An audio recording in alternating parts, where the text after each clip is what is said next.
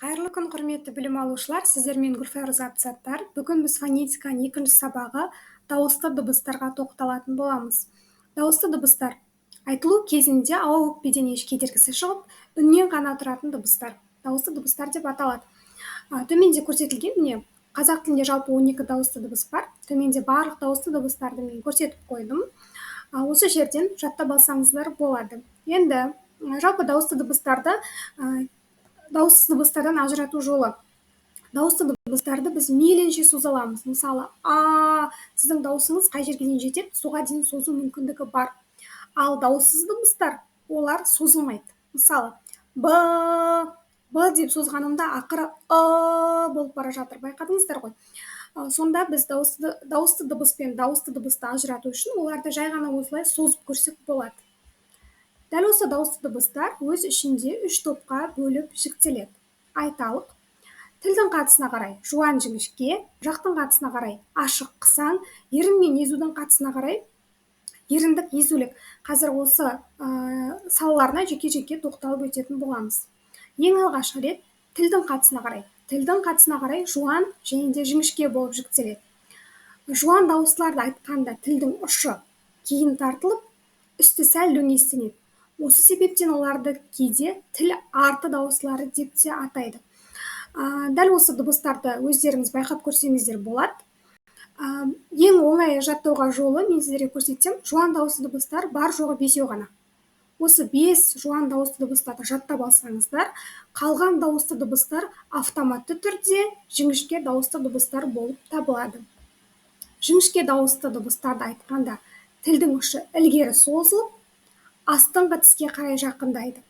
Осы себептен оларды кейде тіл алды дауыстылары деп те атайды. Міне, қазақ тілінде 12 дауысты дыбыс болса, соның 5-еуі жуан болса, қалған 7-еуі бізде жіңішке дауысты дыбыстар болып табылады. Енді дәл осы дауысты дыбыстар екінші тобында бізде жақтың қатысына қарай болып бөлінеді. Жақ деп отырғанымыз міне мынау астыңғы жақ, мына жері үстіңгі жақ. Жақтың қатысына қарай дауысты дыбыстар ашық және де қысаң болып бөлінеді. Ашық дауыстыларды айтқанда жақ кең ашылады да, ауа өкпеден кедергісі шығады. Мысалы, менің жағым кең ашылып тұр. Қысаң дауыстыларды айтқанда жақ тар ашылады да, ауа қысылып шығады. Міне, жақтың кең ашылуын талап етпейді. Жалпы ашық дауысты дыбыстар мен қысаң дауысты дыбыстардың ажыратудың ең оңай жолы, ашық дауысты дыбыстар бізде дөңгеленіп жазылады. Міне, байқап тұрсыздар ғой, барлығы дөңгеленіп тұр. Жарты шеңбер немесе толық шеңбер болып тұр. Ал қысаң дауыстылар керісінше тік сызықтармен жазылып тұр. Міне, барлығында тік сызықтар байқалады. Солай оңай ғана ажыратсаңыздар болады. Яғни жаттамай ажыратуға осылай жасасаңыздар, жаттамай ажырата аласыздар. Келесі, ерін мен езудің қатысына қарай. Міне, ерін, езу дегеніміз міне күлкен кезде шығады ғой біздің. Еріндік дауыстылар айтқанда ерін дөңгеленіп ілгері қарай созылады. Мысалы, о, ө, о. Менің ерінімді байқасаңыздар, алды қарай созылады, дөңгеленіп тұр. Езулік дауыстыларды айтқанда езу тартылып, ерін кейін қарай жиырылады. Міне, ерініміз қазір жиырылады. И. Яғни бұларды ажырату өте оңай. Ерніңіздің қалпына қарай жаттамай ажыратсаңыздар болады. Енді бізде келесі айтқан ақпараттарым бойынша білімді бекітеміз. Сіздер әр сұрақтан кейін міндетті түрде стоп қойып, өздеріңіз жауап беріңіздер.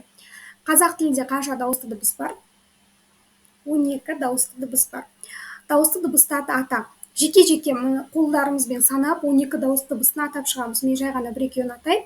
А, И, О, У. Енді үшінші сұрақ, дауысты дыбыстар неше топқа бөлінеді?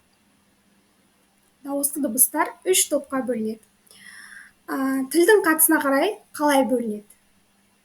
Тілдің қатысына қарай жуан және де жіңішке болып бөлінеді. Жуан дауысты дыбыстарды атап. Жуан дауысты дыбыстар бізде 5 ғана. А, О,